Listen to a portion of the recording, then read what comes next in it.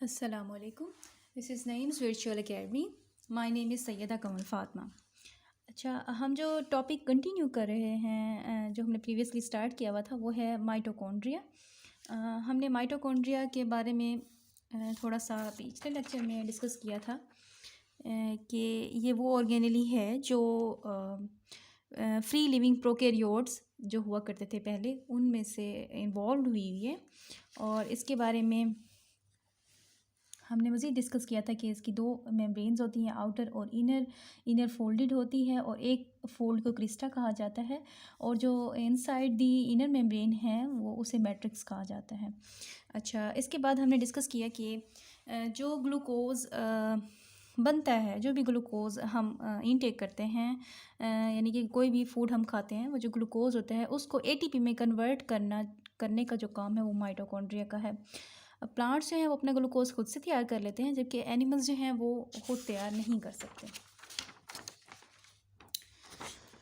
इसके अलावा हमने इसकी जो अंदर फंक्शंस हैं माइटोकॉन्ड्रिया के उसको थोड़ा सा हमने ओवरव्यूज़ कर देखा। कंप्लीट जो है वो हम चैप्टर बायो एनर्जेटिक्स जो है उसमें हम इसको डिस्कस करेंगे। अब क्योंकि हम माइटोकॉन्ड्रिया एक ऑर्गेनेली है उसको डिस्कस कर रहे हैं तो उसके फंक्शन को हमें समझना चाहिए, और इसमें से जो भी इम्पॉर्टेंट एमसीक्यूज़ हैं वो हम मेंशन करेंगे। खैर, ग्लूकोज जो है वो 6 कार्बन कंपाउंड होता है, और हर एक के बॉन्ड यानी कि 6 कार्बन कंपाउंड है ना, तो ये जो कार्बन्स हैं ये सब के सब आपस में इनका जो बॉन्ड है ये टूटेगा, जो कि प्रोसेस है ना एटीपी के बनने का, उसमें ये सारे बॉन्ड टूटेंगे और एनर्जी रिलीज़ होगी। यही जो एनर्जी है इसको कहा जाता है एटीपी। तो अल्टीमेटली क्या होता है कि 6 कार्बन कंपाउंड ना कन्वर्ट हो जाएगा इनटू 6 कार्बन डाइऑक्साइड मॉलिक्यूल में। ठीक है। अच्छा, ये जो एनर्जी हमें हासिल होती है, ये जो एनर्जी है ये हमें जो हासिल होती है ये बहुत इजीली, इस तरह से नहीं कि बहुत आसानी से हासिल हो जाएगी। इसके कुछ क्रिटिकल फंक्शन स्टेप्स हैं, जैसे कि पहला स्टेप है ग्लाइकोलाइसिस। ठीक है, पहला स्टेप जो है वो ग्लाइकोलाइसिस है। ग्लाइकोलाइसिस का मतलब है ग्लूकोज की ब्रेक डाउन करना। इसमें होता क्या है कि ग्लूकोज जो है वो 6 कार्बन कंपाउंड मॉलिक्यूल है वो कन्वर्ट हो जाएगा इनटू 3 कार्बन कंपाउंड में। 2 पायरुवेट्स बनेंगे जो कि है पायरुवेट। ठीक है ना, ग्लूकोज कन्वर्ट होगा पायरुवेट में। ग्लूकोज खुद क्या है, 6 कार्बन का कंपाउंड है, और पायरुवेट जो है वो 3 कार्बन कंपाउंड है। यानी कि ये देखें, ये 6 कार्बन के कंपाउंड है ना, ये ग्लूकोज, इसको बीच में से तोड़ दो तो एक 3 का एक मॉलिक्यूल यहाँ एक ये बन जाएगा और एक ये, यानी कि एक पायरुवेट इन 3 मॉलिक्यूल से बन जाएगा, इन 3 कार्बन से बन जाएगा, और एक और पायरुवेट इन 3 कार्बन से बन जाएगा, यानी कि हमें एंड में हासिल 2 पायरुवेट्स होंगे। ठीक है, और इस सूरत में थोड़ी सी जो है ना एटीपी रिलीज़ होती है, थोड़ी सी एटीपी जो है ना वो हासिल होती है। अच्छा, इसके बाद जो है ना ये पायरुवेट ये जो प्रोसेस है ना ग्लाइकोलाइसिस का, ये अकर होता है इन साइटोप्लाज्म, यानी कि ये साइटोप्लाज्म में ये सारा स्टेप जो है ना ये परफॉर्म होता है साइटोप्लाज्म के अंदर। उसके बाद ये जो पायरुवेट है ये एंटर हो जाएगा इनटू माइटोकॉन्ड्रिया। अब ये जो है ये माइटोकॉन्ड्रिया है। ठीक है, माइटोकॉन्ड्रिया के मैट्रिक्स में जाके ना एक ये समझे एक चक्की है, उसमें ना ये सारा जो पायरुवेट है ये पिसेगा, और जो धुआं निकलेगा वो कार्बन डाइऑक्साइड है। आप इस तरह से सोच लें। ठीक है, क्रैब साइकिल में ये एंटर होगा, कार्बन डाइऑक्साइड जो है वो रिलीज़ होती जाएगी उस, और एंड में हमें हासिल होंगे एटीपी, FADH2 और NADH। अच्छा, NADH और FADH2 जो है ना ये इनडायरेक्ट ATPs हैं, यानी कि डायरेक्ट एटीपी तो हमें इस तरह से हासिल हुई है थोड़ी सी, लेकिन ये जो है ना ये इनडायरेक्ट हासिल होती है इस तरह हमें। अब इनको मतलब एटीपी में कन्वर्ट करने का जो काम है वो होता है ETC का। ETC जो है इलेक्ट्रॉन ट्रांसपोर्ट चेन है, जो कि प्रेजेंट होती है इनर मेम्ब्रेन ऑफ माइटोकॉन्ड्रिया में। ये देखिए, ये इनर मेम्ब्रेन ऑफ माइटोकॉन्ड्रिया, वैसे माइटोकॉन्ड्रिया इस तरह का होता नहीं है, बस मैंने बना दिया था तो खैर, ये जो NADH है वो बनाता है, कन्वर्ट हो जाएगा इंटू 3 ATP में, और FADH जो है ये कन्वर्ट हो जाएगा इंटू 2 ATP में। ठीक है ना, इसके अंदर 2 मॉलिक्यूल होते हैं ATP के, और इसके अंदर 3। जब ये ETC में जाएंगे तो वहाँ पर से ना ये ATP जो है ना ये प्रोड्यूस हो जाएगी, और ATP हमें एंड में हासिल होगी। ये जो क्वेश्चंस हैं ये बहुत ज़्यादा इम्पोर्टेंट हैं, मतलब ये क्वेश्चंस जो हैं ये बायो एनर्जेटिक्स में से भी ये आते हैं ये वाले सवाल, और इस चैप्टर में भी ये चीज़ इंक्लूड यानी कि माइटोकॉन्ड्रिया से रिलेटेड है ना ये क्वेश्चंस, तो ये बहुत ज़्यादा इंपॉर्टेंट है। पहला सवाल है कि कौन सी ऑर्गेनेली है जो सेलुलर रेस्पिरेशन करती है, उसका आंसर है माइटोकॉन्ड्रिया। दूसरा सवाल है कि ग्लाइकोलाइसिस कहाँ पे परफॉर्म होता है, साइटोप्लाज्म में। क्रेब्स साइकिल कहाँ होता है, मैट्रिक्स के अंदर, इनर मेम्ब्रेन के भी अंदर, ठीक है ना, माइटोकॉन्ड्रिया के मैट्रिक्स के अंदर। और ईटीसी कहाँ पे होता है, इनर मेम्ब्रेन ऑफ माइटोकॉन्ड्रिया में। ये चीज़ आपने याद रखनी है। अच्छा, तो आज जो है ना हम इसको मज़ीद कंटिन्यू करेंगे और देखेंगे कि माइटोकॉन्ड्रिया के अंदर और कौन कौन सी चीज़ें प्रेजेंट हैं, इसका स्ट्रक्चर किस तरह से है, ठीक है। तो ये देखिए सेल है ना, सेल के अंदर ना न्यूक्लियस था, ठीक है। न्यूक्लियस में जो था ना डीएनए प्रेजेंट था। हम अभी सेल की बात कर रहे हैं, ठीक है। उसके अंदर डीएनए प्रेजेंट है और डीएनए जो है वो किस तरह का है, लीनियर है, डबल स्ट्रैंडेड है लेकिन लीनियर है। लेकिन जो माइटोकॉन्ड्रिया है, हमने पहले डिस्कस किया है कि इसके अंदर भी डीएनए प्रेजेंट होता है, माइटोकॉन्ड्रिया, ठीक है। इसके अंदर जो डीएनए होगा वो होता है सर्कुलर, ठीक है, सर्कुलर होता है इस तरह से। और ये चीज़ जो है ना ये रिजेंबल करती है प्रोकैरियोट्स के साथ, यानी कि बैक्टीरिया वगैरह में भी इसी तरह के डीएनए प्रेजेंट होते हैं। अच्छा, टर्म यूज़ होती है सिंगल सर्कुलर डीएनए, यानी कहा जाता है कि माइटोकॉन्ड्रिया के अंदर सिंगल सर्कुलर डीएनए प्रेजेंट है। तो इसका मतलब ये नहीं है कि एक सर्कल है, यानी कि अगर आप इसको सर्कल समझ रहे हैं तो मतलब एक स्ट्रैंड नहीं होती, दो स्ट्रैंड्स होती है, स्ट्रैंड्स दो ही होंगी लेकिन ये एक प्रेजेंट होगा, ठीक है ना। यानी कि कहने का मतलब यह है कि डीएनए का जो नंबर है ना वो एक होगा, यानी कि ओनली वन। इसका मतलब ये है कि सिंगल, सिंगल का मतलब ये कि एक प्रेजेंट है और है सर्कुलर डीएनए, और वो होता डबल स्ट्रैंडेड ही है। अब देखिए स्टोरी कुछ इस तरह से बन जाती है, देखिए ये मतलब देखिए अल्लाह ताला ने किस तरह से तख्लीक की है चीज़ें। देखिए अब ये सेल है,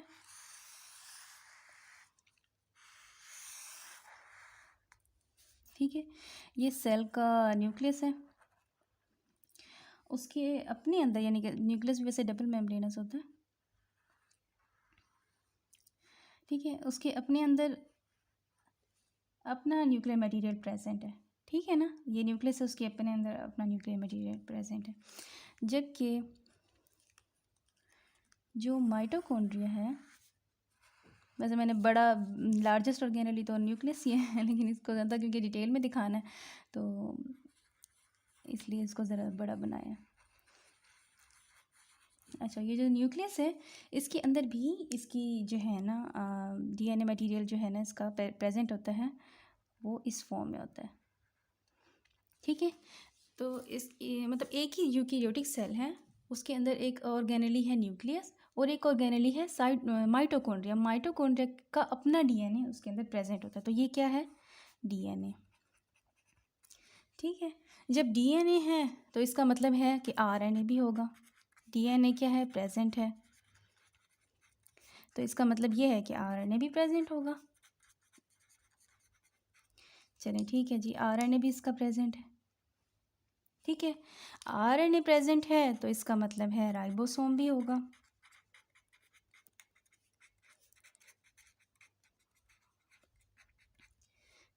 ठीक है, इसका भी राइबोसोम प्रेजेंट होगा। तो ठीक है, हम राइबोसोम भी बना लेते हैं,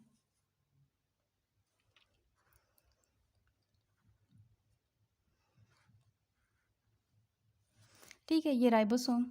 लेकिन जो राइबोसोम इधर प्रेजेंट होता है माइटोकॉन्ड्रिया के अंदर, ये 70S होता है। और मतलब ये जो राइबोसोम और आरएनए मिलकर प्रोटीन भी बनाएंगे। चलिए हम इसको लेबल कर लेते हैं। ये क्या है, ये आरएनए है, ये माइटोकॉन्ड्रिया के अंदर बात हो रही है। ये इसकी प्रोटीन तैयार हुई है ट्रांसक्रिप्शन और ट्रांसलेशन के बाद। और ये क्या है, ये राइबोसोम है। राइबोसोम तो सेल के अंदर भी प्रेजेंट होता है, ठीक है ना, सेल के अंदर भी राइबोसोम प्रेजेंट होता है। लेकिन इसमें और इसमें क्या डिफरेंस है कि जो सेल के अंदर राइबोसोम प्रेजेंट है वो 80S है, जबकि जो माइटोकॉन्ड्रिया के अंदर प्रेजेंट होता है वो 70S राइबोसोम प्रेजेंट होता है। ठीक है, आपने इस तरह से याद कर लेना है कि सेल बड़ा है, इसके अंदर 80S होगा, माइटोकॉन्ड्रिया छोटा है तो इसके अंदर 70S होगा। और यही चीज़ आपने ये इस तरह से भी याद रखनी है कि यूकेरियोट्स जो होते हैं उनके अंदर 80S होता है और प्रोकैरियोट्स जो होते हैं उनके अंदर 70S होता है। तो ये चीज़ जो है ना, ये रिजेंबल करती है राइबोसोम का प्रेजेंट होना और उसका 70S होना। ये चीज़ जो है ना इनको मिलाता है कि ये प्रोकैरियोटिक थे, यानी कि इनका ओरिजिन जो था वो प्रोकैरियोटिक था। ठीक है ना, ये चीज़ इन्हें रिजेंबल करती है, ये चीज़ जो है ना इन्हें मिलाती है इस चीज़ से कि ये जो है ना इस थ्योरी को एंडोसिम्बायोटिक थ्योरी जो है उसको प्रूव करती है। ठीक है ना, एक सेकेंड अजान हो जाए जी। तो हमने जाना कि जो माइटोकॉन्ड्रिया है उसके अंदर अपना डीएनए प्रेजेंट है। ठीक है, उसका डीएनए भी उसके पास प्रेजेंट होता है, फिर उसके पास आरएनए भी होता है और राइबोसोम भी प्रेजेंट होता है। बस ट्विस्ट यहाँ पर यह आ जाता है कि इसका जो राइबोसोम है होता हूबहू वैसा ही है, लेकिन इसका जो राइबोसोम है वो 70S होता है। ठीक है, इससे जाहिर होता है, it shows that this organelle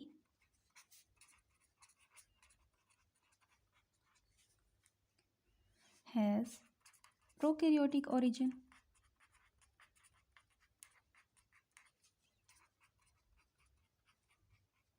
ठीक है, तो क्वेश्चन आ जाता है कि आप बताएं कि फॉलोइंग में से, यानी कि बहुत सारे ऑर्गेनेली के नेम्स होंगे, बहुत सारे ऑर्गेनेली मेंशन की हुई होगी। क्वेश्चन आ जाएगा कि which of the following show prokaryotic origin of mitochondria, यानी कि मैं क्वेश्चन लिख देती हूँ, which of the following shows prokaryotic origin of mitochondria। तो उसका आंसर है 70S राइबोसोम। ठीक है, 70S होना राइबोसोम का। ठीक है, अच्छा अब इसके बारे में मज़ीद हम माइटोकॉन्ड्रिया के बारे में पढ़ते हैं कि माइटोकॉन्ड्रिया जो है ना, आप अगर उसे माइक्रोस्कोप से देखें तो आप ऐसे नहीं देख सकते जब तक कि आप उसे मतलब स्पेसिफिकली उसे स्टेंड ना करें। ठीक है ना, तो it can not be seen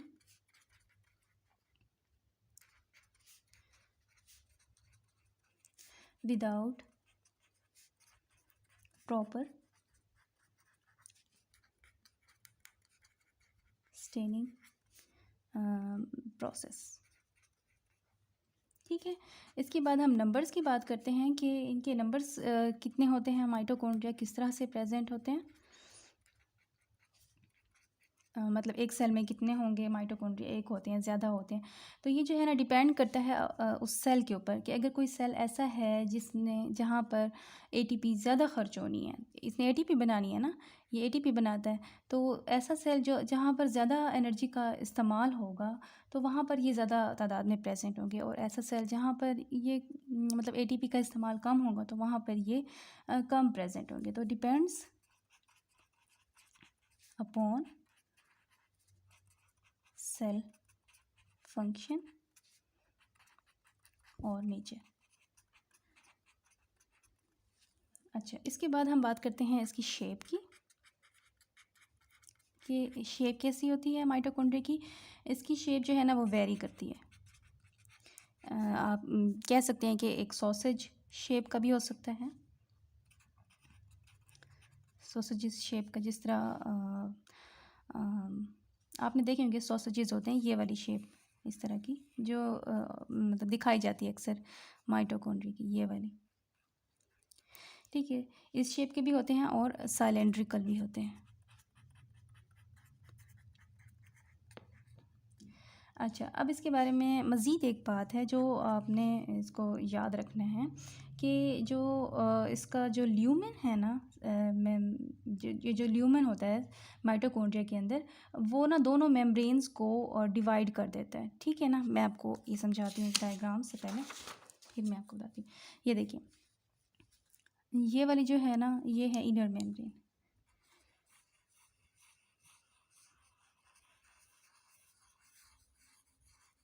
ये इनर मेम्ब्रेन है।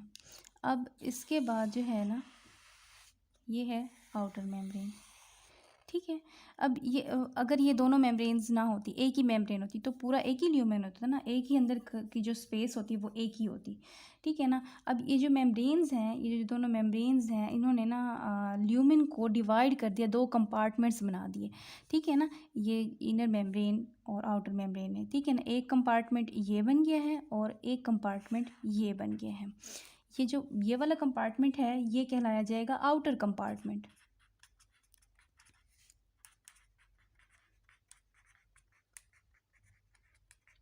ठीक है। और ये जो अंदर है, जिसे मैट्रिक्स कहते हैं, इसे इनर, ये इनर कंपार्टमेंट है।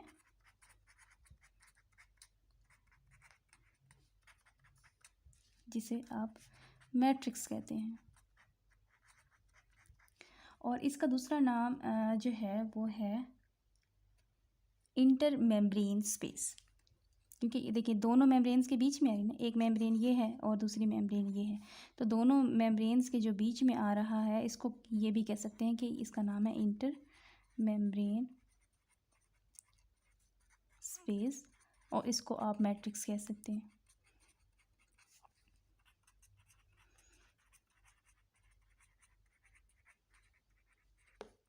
ठीक है। अच्छा, ये जो हाँ, यहाँ तक तो हो गया। और जो ये होती हैं इसके अंदर जो इनर मेम्ब्रेन है, इसके पास फोल्डिंग्स होती हैं और इनको क्रिस्टा कहा जाता है। अच्छा, ये जो दोनों मेम्ब्रेन्स हैं, इसके पास भी कुछ एंजाइम्स प्रेजेंट हैं, इसके पास भी एंजाइम्स प्रेजेंट हैं, यानी कि यहाँ पर भी एंजाइम्स प्रेजेंट हैं और यहाँ पर भी एंजाइम्स प्रेजेंट हैं। ठीक है ना, इधर भी प्रेजेंट है। लेकिन हमारा क्योंकि कंसर्न ज़्यादा जो होता है ना, हमारी जो हम किस में इंटरेस्टेड ज़्यादा होते हैं, वो हम इनर मेम्ब्रेन के जो एंजाइम्स हैं उन पर ज़्यादा इंटरेस्टेड होते हैं। अच्छा, एक और बात की जाती है कि mitochondria is the site of aerobic respiration. क्या कहा जाता है? Mitochondria is the site of aerobic respiration.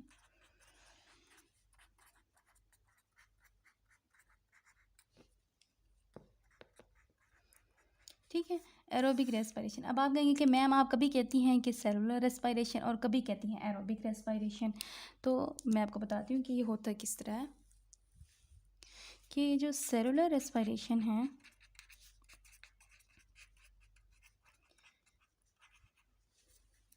एक सेकेंड में पेज देख लूँगी, ठीक है। अच्छा, सेलुलर रेस्पिरेशन जो है, इसकी दो टाइप्स होती हैं। एक होती है एरोबिक रेस्पिरेशन और दूसरी होती है एनएरोबिक रेस्पिरेशन।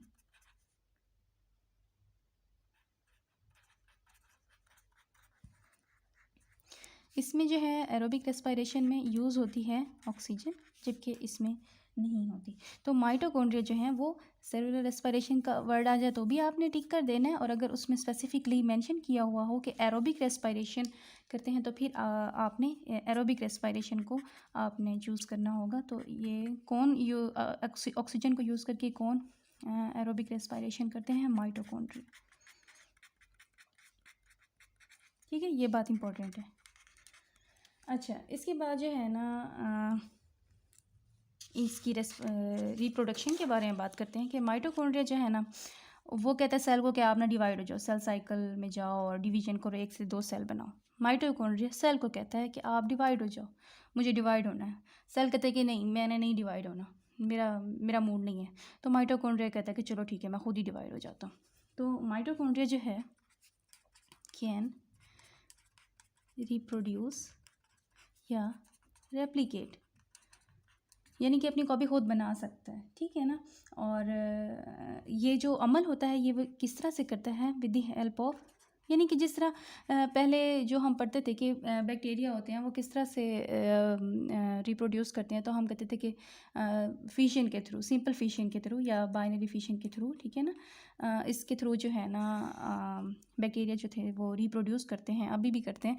तो ये जो माइटोकॉन्ड्रिया ये भी उन्हीं की तरह कर लेता है, तो ये चीज़ भी रिजेंबल करती है इसको कि ये प्रोकैरियोटिक इनका ओरिजिन है। तो ये सेल डिवाइड अगर सेल ने नहीं करना तो ना करें, माइटोकॉन्ड्रिया खुद जो है ना अपनी कॉपीज़ बनाते जाते हैं। तो वो किस तरह से होता है कि ये एक माइटोकॉन्ड्रिया है, ये पहले जो है ना ये उसके अंदर जो है जेनेटिक मटेरियल प्रेजेंट है, ठीक है। तो पहले क्या करेगा, ये अपना साइज़ बड़ा करेगा और अपने अंदर जो सारा मटेरियल है उसको डबल कर देगा, ठीक है। और फिर क्या करेगा, इसकी जो मेम्ब्रेन्स हैं ये जो हैं, मुझे दोनों मेम्ब्रेन बनानी चाहिए थी, बिल्कुल ये बैक्टीरिया की तरह ही है, ठीक है ना, ठीक है। और अल्टीमेटली क्या होगा कि इनकी जो मेम्ब्रेन है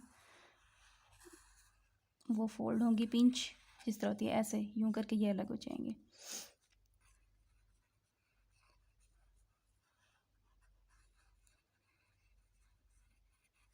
तो इनका जो जेनेटिक मटेरियल है और बाकी जो मटेरियल है वो हाफ हाफ अलग अलग हो जाएगा। तो एक माइटोकॉन्ड्रिया से दो माइटोकॉन्ड्रिया बन जाते हैं और इन्हें ज़रूरत नहीं है कि सेल डिवाइड होगा तो ये डिवाइड होंगे, ये खुद भी हो जाते हैं, ठीक है ना। इस तरह से ये एक से दो में तब्दील हो जाते हैं, ठीक है। नेक्स्ट टॉपिक जो है हम वो स्टार्ट करते हैं, बल्कि मैं बुक से रीड आउट करती हूँ कि कोई चीज़ बुक में ना रह गई हो, जो मैंने मेंशन ना की हो, ऐसा ना हो। ये तो क्लास 10th है, एक second.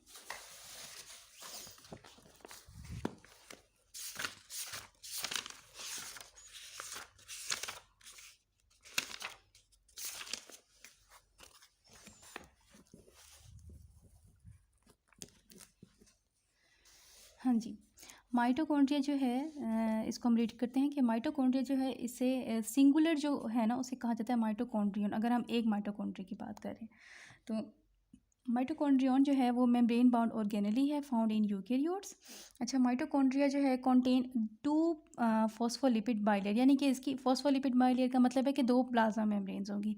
There is an outer membrane and an inner membrane. The inner membrane जो है ना कॉन्टेन्स मैनी फोल्ड, जिसे क्रिस्टा कहा जाता है, और which contains specialised membrane proteins. अच्छा, इसके ऊपर जो क्रिस्टा है इसके ऊपर जिस तरह मैं कह रही थी कि इन पर एंजाइम्स होते हैं जिनमें हम इंटरेस्टेड होते हैं, ये वही बात कर रहे हैं कि उनके पास स्पेशलाइज्ड मेम्ब्रेन प्रोटीन्स होती हैं that enable the mitochondria to synthesise ATP, जो इस काबिल बनाती हैं माइटोकॉन्ड्रिया को कि वो एटीपी बनाए, ठीक है। इनसाइड द इनर मेम्ब्रेन क्या होता है, एक जेली लाइक मैट्रिक्स होता है, जेली लाइक मैट्रिक्स होता है। और द कंपार्टमेंट्स ऑफ द, क्या लिखा हुआ है, द कंपार्टमेंट्स, अच्छा, the compartments of the mitochondrion are shown in the figure. अच्छा, ये यहाँ उन्होंने कहा कि यहाँ प्रेजेंट है, डायग्राम में दिखाए हुए हैं। अब ये वाली बात जो है ना ये इंपॉर्टेंट है कि mitochondria is the site of aerobic respiration, जो भी हमने डिस्कस की। During aerobic respiration energy is produced in the form of ATP, therefore the mitochondria is also called power house of the cell.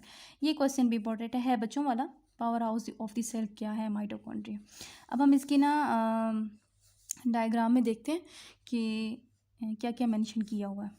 अच्छा, सबसे पहले inner membrane है, ठीक है, आउटर मेम्ब्रेन है, ठीक है, इसके पास अपना डीएनए प्रेजेंट है। अच्छा जी, इनर मेम्ब्रेन के अंदर मैट्रिक्स है और इनर और आउटर मेम्ब्रेन के बीच में इंटर मेम्ब्रेन स्पेस है, ठीक है। अच्छा, फिर जो है राइबोसोम इसके पास प्रेजेंट है, क्योंकि हमने पहले कहा था कि डीएनए होगा तो आरएनए भी होगा, आरएनए होगा तो वो अपने राइबोसोम होंगे, यानी कि अपनी प्रोटीन, अपना जेनेटिक मटीरियल इसके पास होता है तो ये खुद ही रेप्लिकेट कर पाता है। अच्छा, इसके पास कुछ ग्रैन्यूल्स भी हैं और क्या है कि एटीपी सिंथेज पार्टिकल्स, यानी कि ऐसे पार्टिकल्स, ऐसे एंजाइम्स, ऐसे मॉलिक्यूल्स जो कि एटीपी को तैयार करें, ठीक है ना, ऐसे सिंथेज पार्टिकल्स, ऐसे एंजाइम्स जो कि एटीपी को तैयार करें। तो ये माइटोकॉन्ड्रिया का जो है ना मेंशन किया हुआ था आपकी बुक में। आज जो है माइटोकॉन्ड्रिया कंप्लीट हो गया। नेक्स्ट जो लेक्चर होगा उसमें हम डिस्कस करेंगे प्लास्टिड को और इंशाल्लाह हम अच्छे से तैयारी करेंगे। ठीक है। मैं दुआ करती हूँ कि आप लोगों की बहुत अच्छे से तैयारी हो जाए। आप बहुत ज़्यादा मेहनत करें और अपनी लाइफ में कामयाब हों। आमीन सुम्मा आमीन। Thank you. अल्लाह हाफिज़।